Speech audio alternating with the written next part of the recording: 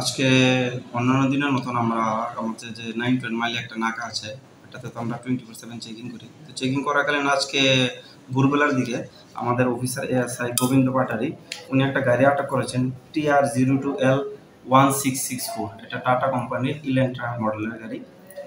ওটাকে আটক করার পর দেখা যায় গাড়ির ভিতরে 3 জন লোক আছে এবং পিছনে তল্লাশি করার সময় দেখা যায় যে পিছনে 14টা গরু রাখা হয়েছে এবং গরুগুলো একবারে মানে অমানবিকভাবে রাখা হয়েছে।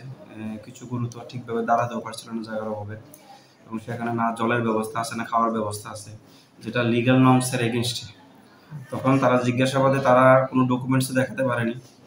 তো তখন আমরা এই গরুগুলি সিজ করেছি, 14টা গরু, যার মধ্যে 9টা বলদ গরু আমরা সিজ করেছি। সেগুলি 3 জনকে আমরা অ্যারেস্ট করেছি, সঙ্গে গাইডও সিজ করেছি এবং তাদের বিরুদ্ধে আমরা অ্যানিমালস ক্রুয়েলটি অ্যাক্টে এবং এমবি অ্যাক্টের স্পেসিফিক ধারাতে একটা এফআইআর নিয়েছি, যার নাম্বার হলো 29/2024।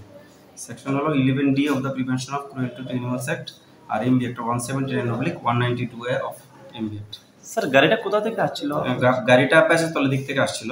জিজ্ঞাসাবাদে তারা বলছে এই ধর্মনগরের এই রামনগর বাজার থেকে তারা আসছে, কিন্তু সেটা সম্পর্কে তার কোনো ডকুমেন্টস দেখাতে পারেনি। কোথায় নিয়ে যাওয়া উচিত? 43 নিয়ে যাবে এরকম বলছে, কিন্তু কোনোটাই তারা ডকুমেন্টস দেখাতে পারেনি। আচ্ছা আচ্ছা, যে 3 জন যে আটক করেছেন এটা কি চালক পার্টি না অন্য? একজন ড্রাইভার আর বাকি 2 জন সঙ্গী ছিল, সহযোগী। তারা 3 জনে মিলে নিয়ে যাচ্ছিল গরুগুলি। আচ্ছা, একজনের নাম হলো রঞ্জন মিয়া, বাড়ি সোনাইমুড়ি। আরেকজনের নাম হলো সাব্বির উদ্দিন, বাড়ি ফটিকরায়। আরেকজনের বাড়ি হলো নাজিব আলী, ও নাম হলো নাজিব আলী, ওর বাড়ি তারা ফটিকরায়। তারা 3 জনকে আমরা অ্যারেস্ট করেছি। ধন্যবাদ স্যার।